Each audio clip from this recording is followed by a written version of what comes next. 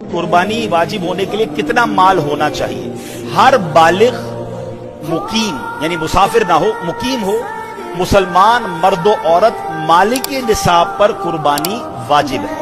अब मालिक निसाब कौन होता है? असल चीज तो ये समझनी है ना, अकल वाला हो, पागल ना हो, बालिग हो और मुकीम हो।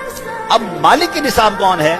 मालिक निसाब होने से मुराद यह है कि उस शख्स के पास 52.5 तोला चांदी या उतनी ही मालियत की रकम या इतनी मालियत का तिजारत का माल या इतनी मालियत का हाजत असलिया के अलावा सामान हो। आज के निसाब की 1,40,000 के करीब थी रमजान में। ऑलमोस्ट समझ लें किसी के पास इतने पैसे हों, 1,40,000 के आसपास, 52.5 तोला चांदी, आज का रेट मुझे नहीं पता है, तो अंदाजन ये 1,40,000 रमजानों में बताया गया था। तो हम समझ लें इतने ही, किसी के पास इतने पैसे हों या इतना माले तिजारत हो, सोना चांदी हो, या अपनी हाजत असलिया जरूरत की चीजों से ज्यादा सामान हो घर में या कहीं पर, तो अब उस पर, और जो अगर इस पर जो कर्जा हो वो माइनस करने के बाद, तो फिर इस पर ये निसाब बाकी रहेगा, तो ये जनाब कुर्बानी इस पर वाजिब हो जाएगी।